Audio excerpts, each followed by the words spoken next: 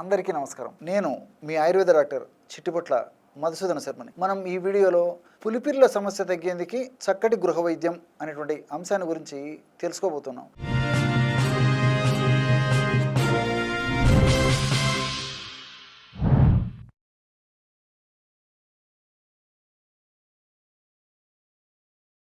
పులిపిర్ల సమస్య నిజంగా చెప్పాలంటే ఇది ఒక వైరస్ అనేటువంటి క్రిమ్ వల్ల కలిగేటువంటి సమస్య. ఒకరి నుంచి ఒకరికి సంక్రమించేటువంటి సమస్య కూడా.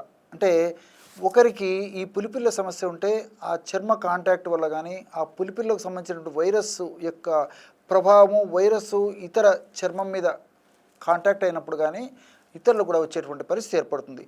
తల నుంచి కాళ్ళ వరకు ఎక్కడైనా ఈ యొక్క సమస్య రావచ్చు.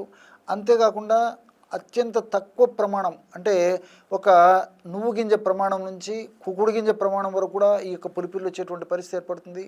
పులిపిర్ల వల్ల చిన్న చిన్న పులిపిర్లు అయితే పెద్ద ఇబ్బంది ఉండదు, కానీ కాస్త పెద్ద పులిపిర్లు అయితే కొద్దిగా అసౌకర్యం ఉండేటువంటి పరిస్థితి ఏర్పడుతుంది. కానీ దీనివల్ల బాధ, పోటు, మంట, సలుపు ఇలాంటి ఇబ్బందులు కూడా ఉండవు.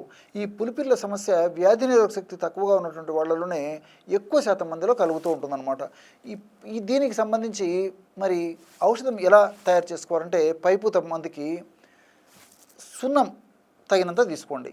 అదేవిధంగా తగినన్ని వెల్లుల్లిపాయలు తీసుకోండి. అంటే సమస్య ఎక్కువగా ఉండి ఎక్కువ చోట పులిపిర్లు ఉంటే ఎక్కువ ఔషధం తయారు చేసుకోవాలి. తక్కువ పులిపిర్లు ఉంటే చాలా తక్కువ ఔషధాన్ని తయారు చేసుకుంటే సరిపోతుంది. ఎలాగంటే ఇప్పుడు ఉదాహరణకి తగినంత సున్నం తీసుకొని తగినంత వెల్లుల్లి రెబ్బ మనకి ఎంత అవసరమైతే అంత తీసుకొని 2 మెత్తగా నూరేసేయండి. నూరిన తర్వాత లేపన ద్రవ్యంగా తయారైన తర్వాత దాన్ని పులిపిరి ఉన్నటువంటి చోట అప్లై చేసేయాలి. అంటే పులిపిరి ఉన్న చోట పై భాగంలో అప్లై చేసేయాలి. పులిపిరి ఎక్కడైతే మొదలవుతుందో ఆ భాగంలో కూడా అప్లై చేసేయాలన్నమాట. ఈ విధంగా అప్లై చేయడం వల్ల ఎక్కువ శాతం మందిలో ఒక్కసారి అప్లై చేసేసరికి మరి దాని యొక్క ప్రభావము వైరస్ శక్తిహీనమయ్యేటువంటి పరిస్థితి ఏర్పడుతుంది. కాబట్టి మరి ఎక్కువ శాతం మందిలో ఒక్కసారి అప్లై చేసేసరికి ఫలితం కనిపిస్తుంది.